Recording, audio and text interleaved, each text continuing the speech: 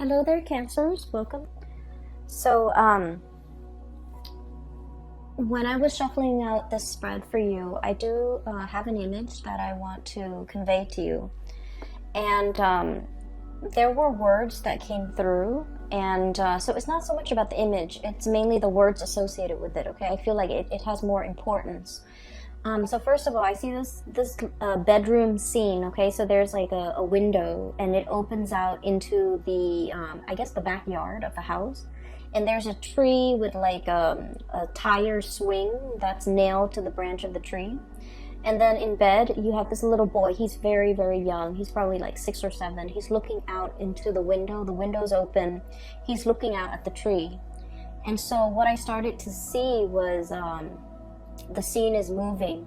So it's like a nighttime scene. He's supposed to be in bed. He's kind of bored. He doesn't want to sleep yet. He wants to like go outside and play. But it's nighttime, so you know his parents are probably forcing him to go to bed, and they're assuming that he's sleeping, but he's looking at the tree, and you see the passage of time. So it's a nighttime scene, and then you know the earth kind of moves and shifts, and then the sun starts to rise. And then you see this passage of time where, you know, it's like winter starts to come in, the snowflakes start to kind of come in through his window. And then after that, the snow melts, and then the spring season starts to come in, and you have cooler weather, and you have like sun streaming into this window.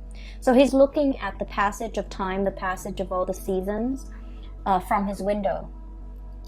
And the words and the phrases that I started hearing is definitely the passage of time, wanting to grow up, wanting to be out there, wanting to be an adult, wanting to be able to dictate your own life, you know, when to sleep, when to go outside, when to eat. And I feel like this is somebody who's very eager to grow up, okay? And I also feel like, you know, it's like wanting that independence, okay? So what I'm feeling is, I feel like for many of you, you might be this child that I'm seeing. And let me talk a little bit about the past, okay? Because I feel like, first of all, the Mercury retrograde cycle is going to be throughout the month of November. We are starting Mercury retrograde on the 31st of October, and it's going to end, you know, it's going to run through the first 3 weeks of November, but then the last week of November, we have like a shadow period. And so pretty much all of November is going to be about revisiting things. And then I feel for you guys in particular, it is going to be revisiting the choices that we have made, the decisions that we have made, so that we can glean and extract wisdom from it, okay? So I feel right off the bat, this month might be a little bit uncomfortable because you're confronting your demons. You're confronting the past. You're confronting choices and decisions that you have made in the past. And I do feel the month brings about immense opportunities for transformation. If you don't like where you are, you're going to be able to change location. If you don't like the things that you have done in the past, you're going to be able to do like a 180, you know, change direction, take a different path. If you don't like the person that you're around, you're going to be able to change your group of friends. If you don't like the lover that you have, you're going to be able to switch things up, you know, get out of situation. So I do feel like it's a very reflective type of a month, okay? So going back to that original image, let me talk a little bit about where I feel like the pieces are fitting in for you guys. I feel as if for many of you, you know, when you were younger, you were very eager to grow up. Okay, you wanted to kind of like get out into the world, get your hands dirty, experience things, live life, and just not have to. I just feel like this sense of like feeling that, you know, life is like an unopened box, like a present wrapped up in a bow. And with wrapping paper, and you're so eager to like tear it open and just, you know, get your hands dirty and just really embrace and live life. And I feel for many of you, this can come in all forms and shapes and sizes. Like wanting to, you know, really experience all the nitty gritty things in life, okay? I see a lot of experimentation when it comes to drugs, alcohol, even like, you know, overindulging in those things, but also wanting to just, you know, really grab life by the horns and live as if there's no tomorrow, okay? Because like the image of that child is coming through. It's a child that is very like innocent, naive, and things like that. So I feel like you kind of like, you know, rushed in there, like let's do it first, ask questions later. And I feel like it was a cycle, like a spiral, where you might have gotten involved with the wrong people, you might have experimented with the wrong things, experimented with the wrong substance, experimented with the wrong relationships. And I just see like a lot of overindulging and wanting to just really, really experiment. And then I also felt like for many of you, you might have been like on the flip side, on the opposite end of the spectrum. I see somebody who's like really, you know, like who has had to grow up at a very young age. There were a lot of like expectations imposed upon many of you. It kept you on the straight and narrow, right? Like it kept you going through school. It kept you very responsible. It made you kind of like very, very straight-laced. And then whatever age you're at, maybe, you know, going off to college, or maybe in your 30s, or maybe even now in your 40s, whatever age you're at, you went through a phase where you just like, I want to indulge. I want to, you know, let loose. I want to have no restrictions. I want to have no baggage. I just want to be irresponsible. Like just, I feel like that tug and pull with many of you. And so the first group of you, I do feel like you needed to experiment it. You needed to, you know, overindulge. You needed to get yourself in wrong situations with the wrong people even, in order for you to learn, in order for you to shape up, in order for you to realize that, oh, you know, been there, done that, not for me, okay? And then that first group of you, you have come in with this energy as the Emperor. This is somebody who is, you know, has a lot of life experience under their belt. They know who they are. They know themselves really, really, really well, okay? They know what works for them. They know what doesn't. They know what types of people they want to be with. They know what career path is good for them. And they also know what not to get involved with, okay? Like never again. So I feel like, you know, you've come into this sense of like strength and fortitude and just knowing yourself inside and outside very, very well. And then I also see on the latter group of you, group number 2, that were like late bloomers, getting out into the world and being able to overindulge in all of that at a very at a later age. And I feel like you're at a point where you want to shirk responsibility. You're just like, I've lived my life as a straight-laced person for so long, and I just want to break free from it. So I felt like life has been a series of constraints, a series of just like limitations. People telling you, you know, these are the limits. You can't really get past the limit. Or people telling you these are things you're expected to do. So I do feel a situation where there might have been a lot of restrictions. There might have been a lot of like rules are rules. Rules are put in place, and you just have to, like, you know, obey the rules. And so what's coming through here? 10 of Swords.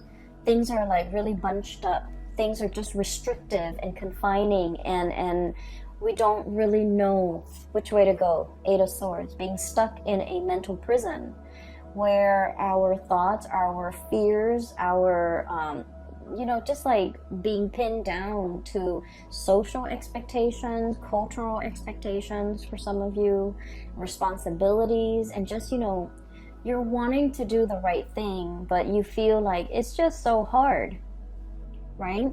So I feel, regardless of, you know, whether you're group A or group B, You needed to experiment what it means to be irresponsible. You needed to experiment what it means to be, you know, a straight-laced person. Because what you're looking for is that middle ground, okay?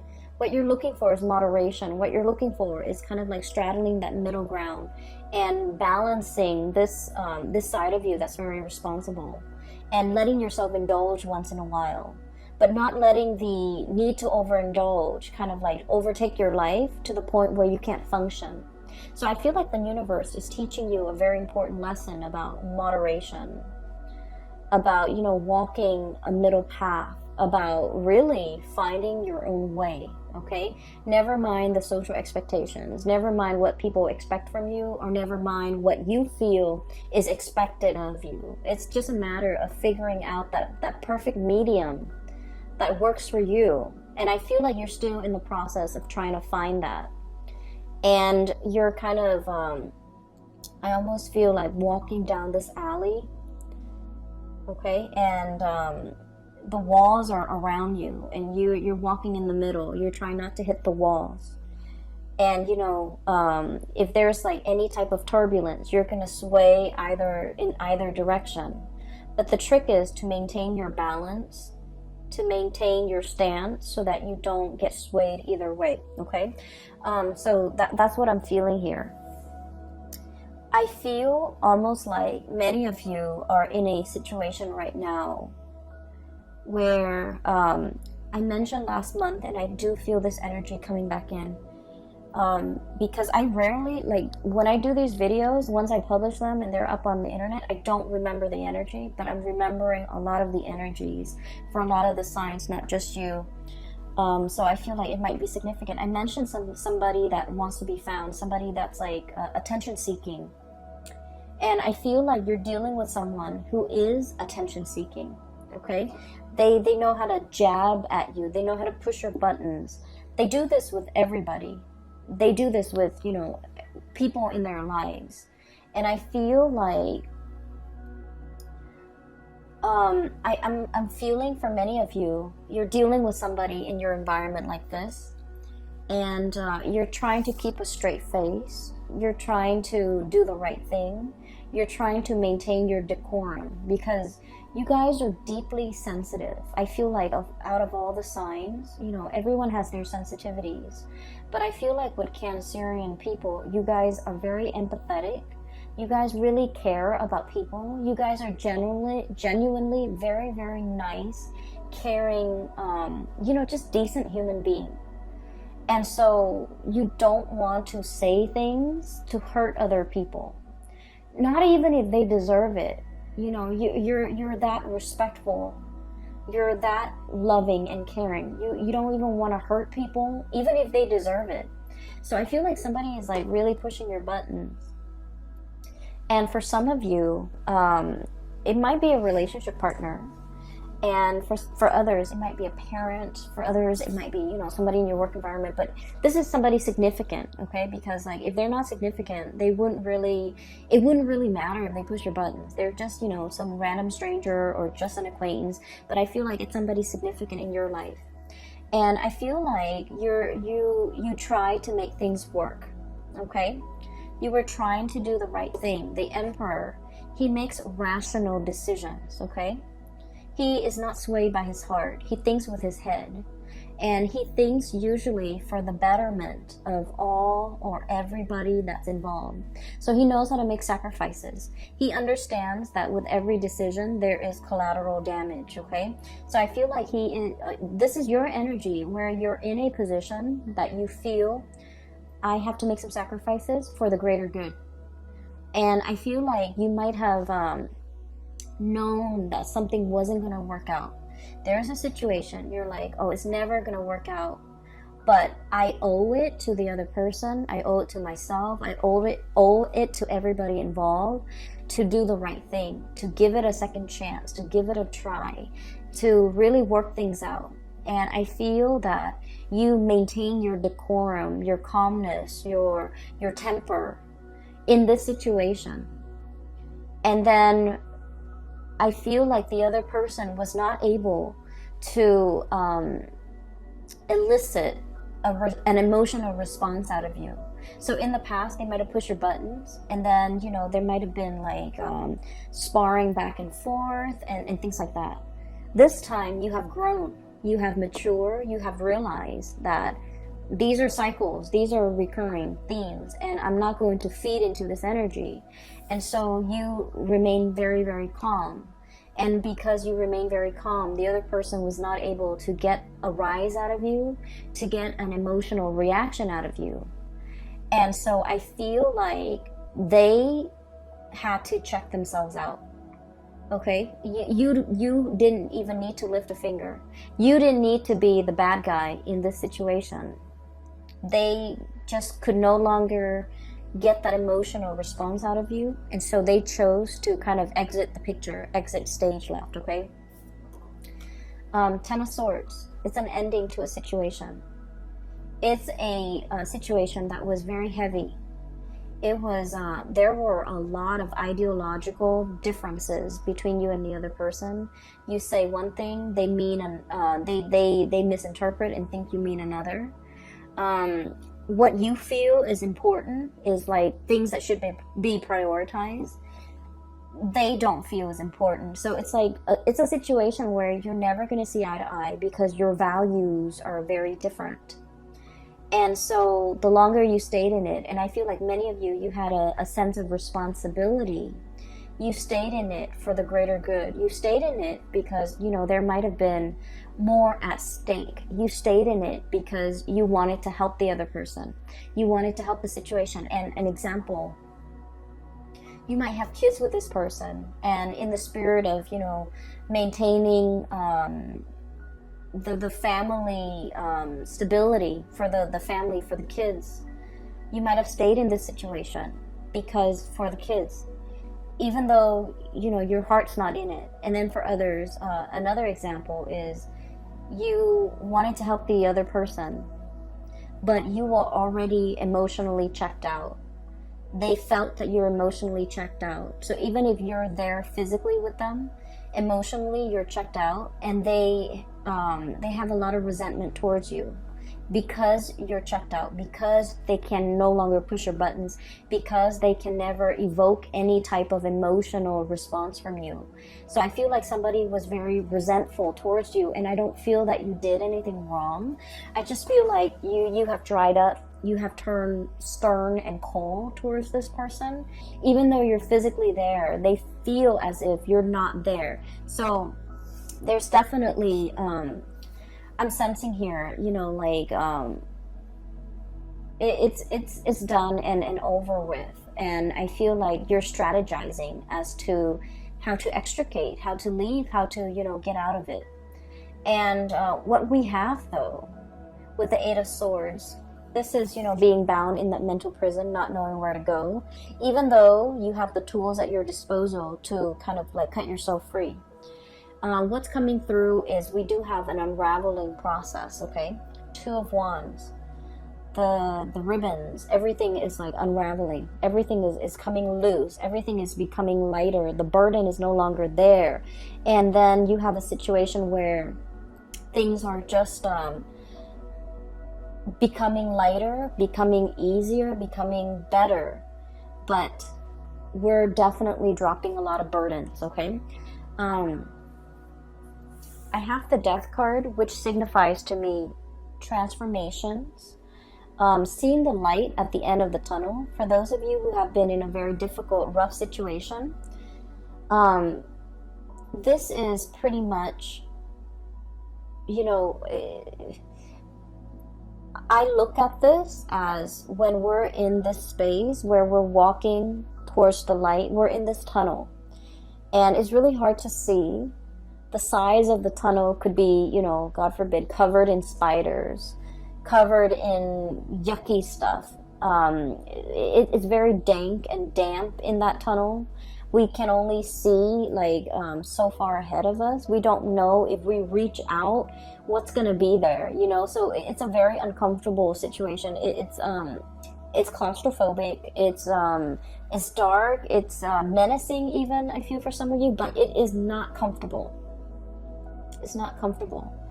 But there's some light streaming through at the end of it. So you do see an end in sight. You do see that there's an end date. There's a change coming into the picture, and I have the exact date when that transition is going to happen.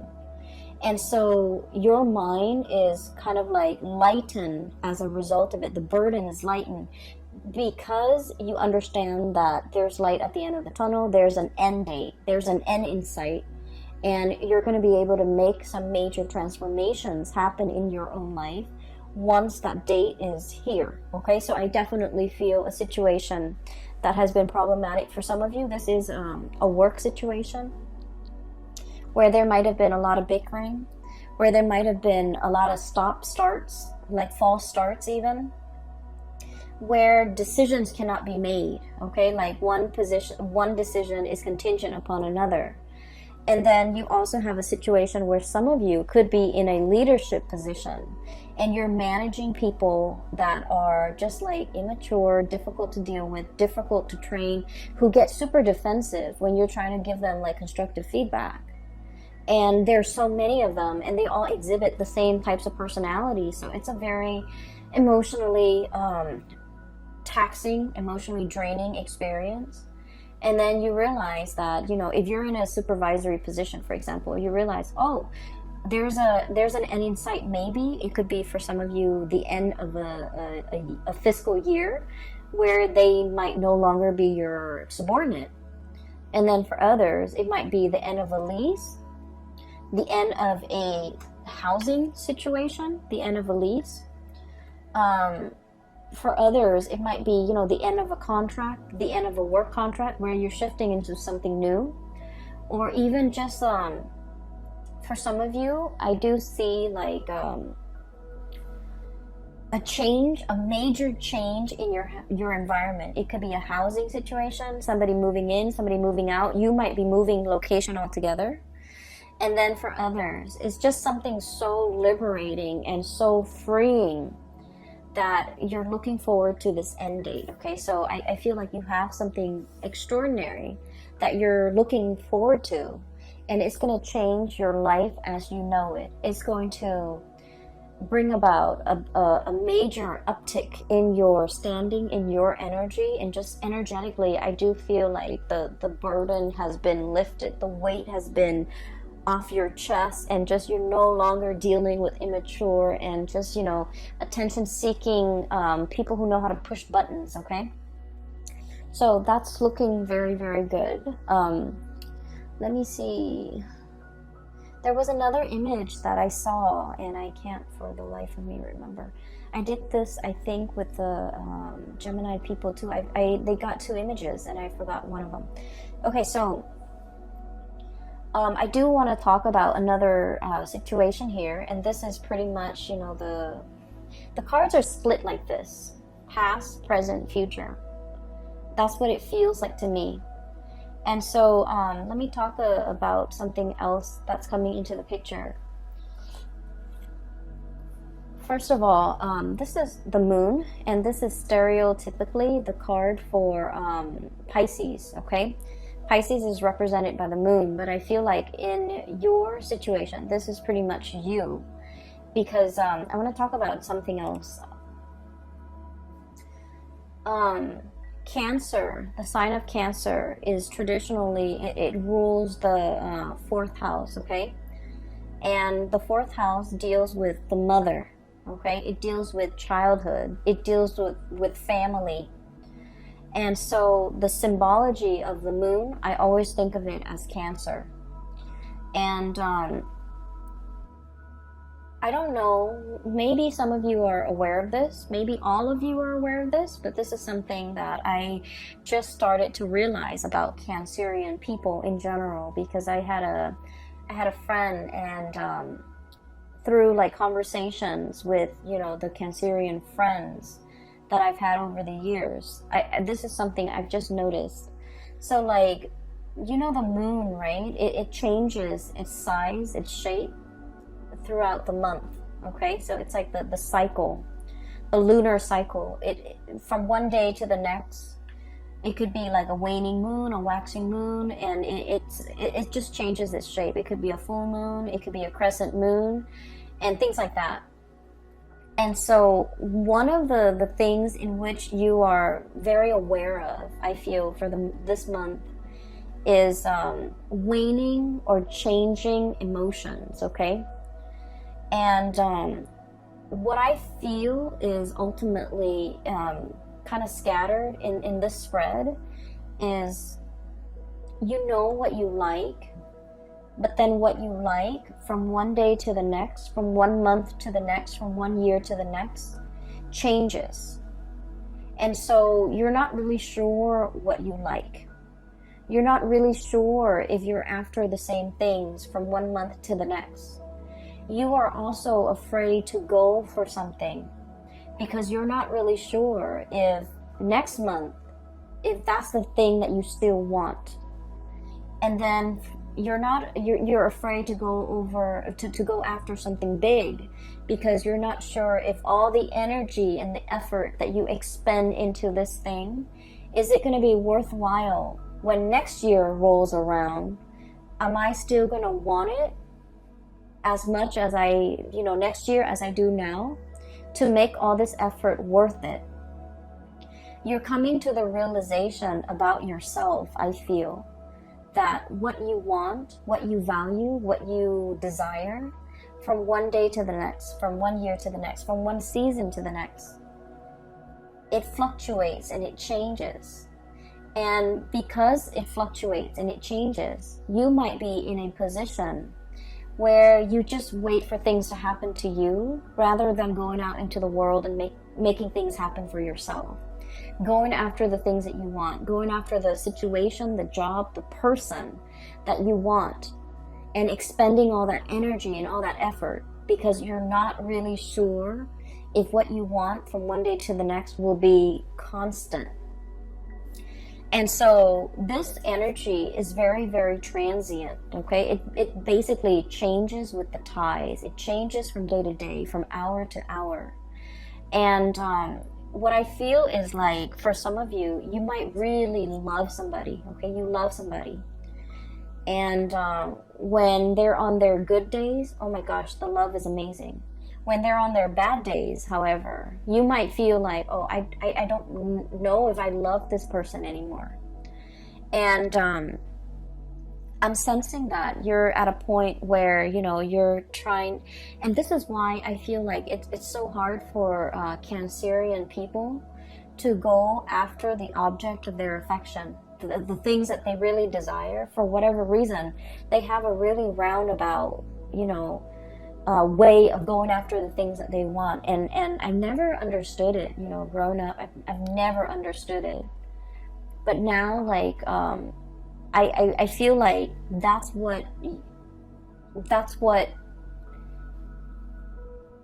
your MO, that's your method of operation, because you're not really sure. Okay, so this month has a lot to do with this process of deep reflection. We have five major arcana cards coming in a spread with like a 10 card spread. So the half of the cards are major arcana cards, which is really forcing you to be very, very clear about yourself, knowing yourself really well, like this Emperor. Okay, knowing what you like, what you want to bring forth into the world, reflecting on your past experience, like all the things that you had to do to get yourself to this very moment in time, and figuring out who you are and what you're all about. This is about self-knowledge. The other card that we have here as well is we have the Hermit. And the Hermit is wisdom. It's somebody who's very, very wise. It's somebody who's like up high in a tree, like the sloth, or or somebody who has a bird's eye view. Okay, so somebody who is enlightened, somebody who spent a lot of time on their own, and they figured out what they need to be happy. And this process isn't just something that happens overnight. there have to be a lot of upheavals and challenges and you know, the breaking down of old paradigms in order for you to figure out, in order for something better to emerge, but in order for you to figure out what you're all about. So like, it's almost like the tree, you know, growing up in the winds, okay?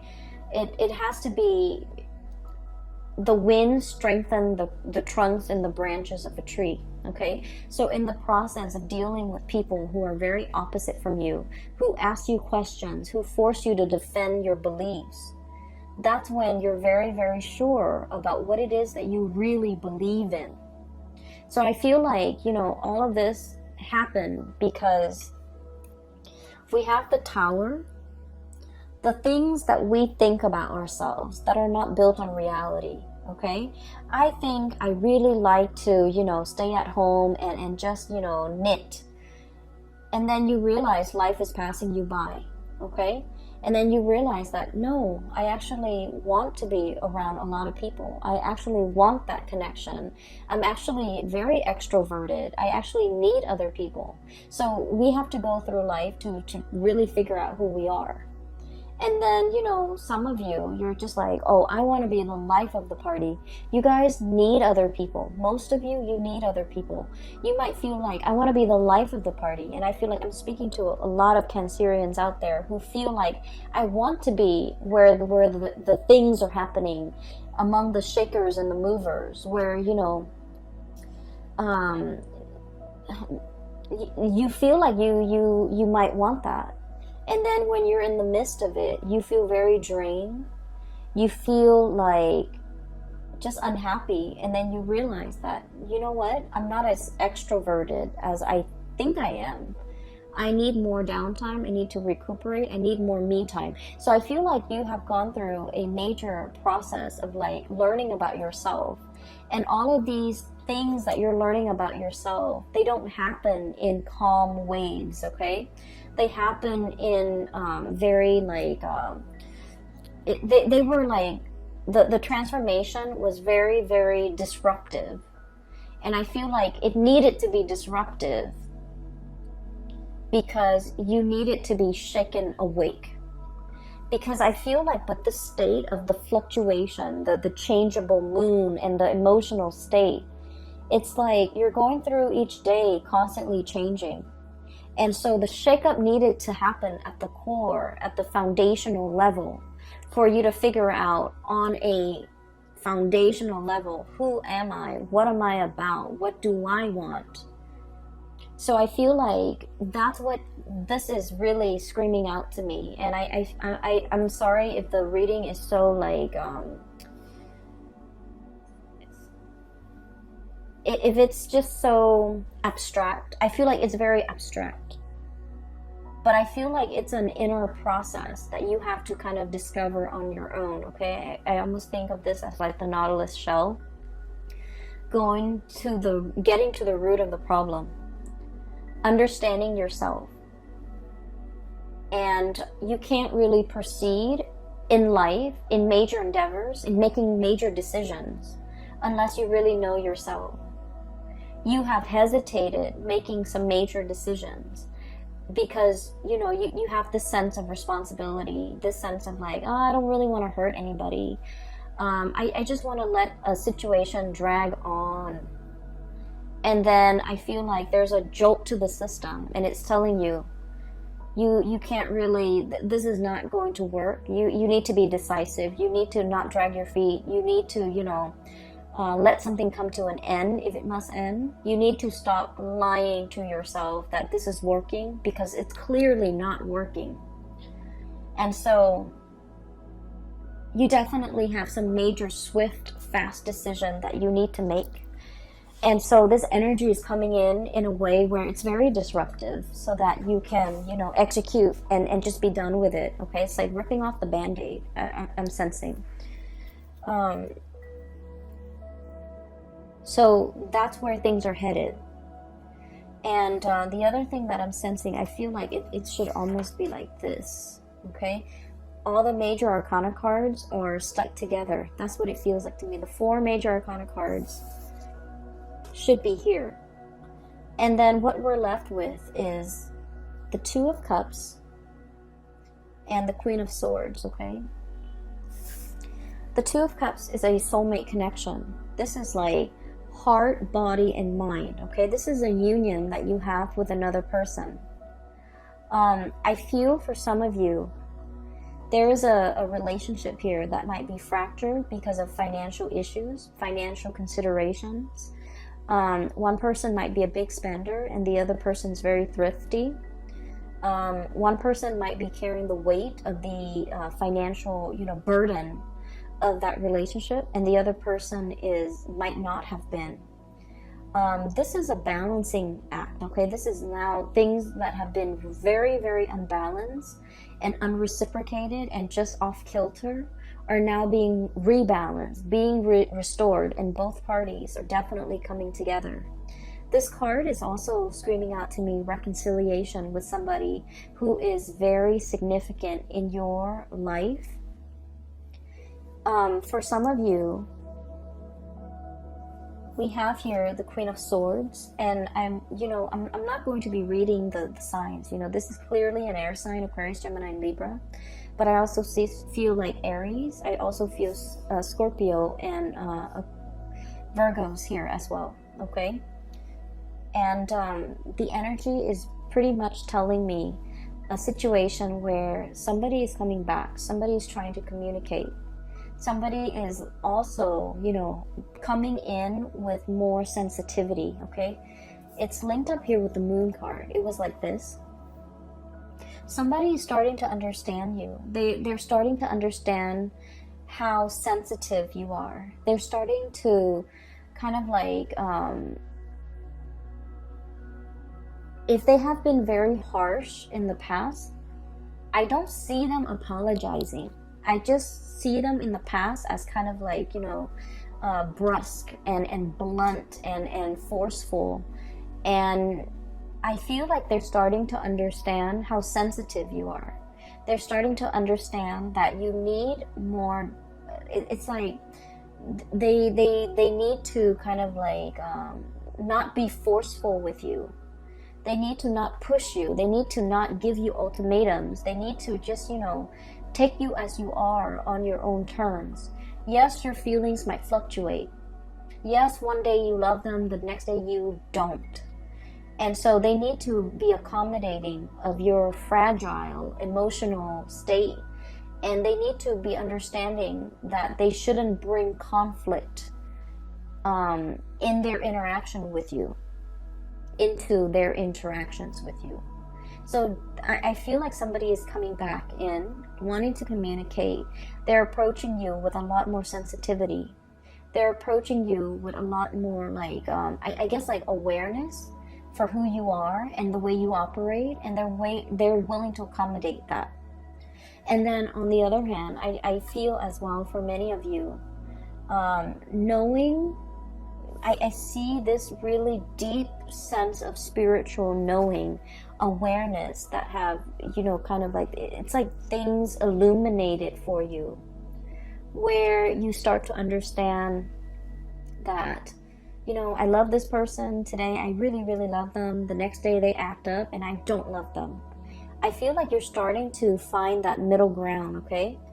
Once again, straddling that middle ground, wanting to be responsible, like taking the responsibility with the overindulgence and trying to find a balance, a middle ground, so that your emotional state doesn't fluctuate from one extreme to the next, so that you can walk down that center line and be okay, because you're doing things in moderation.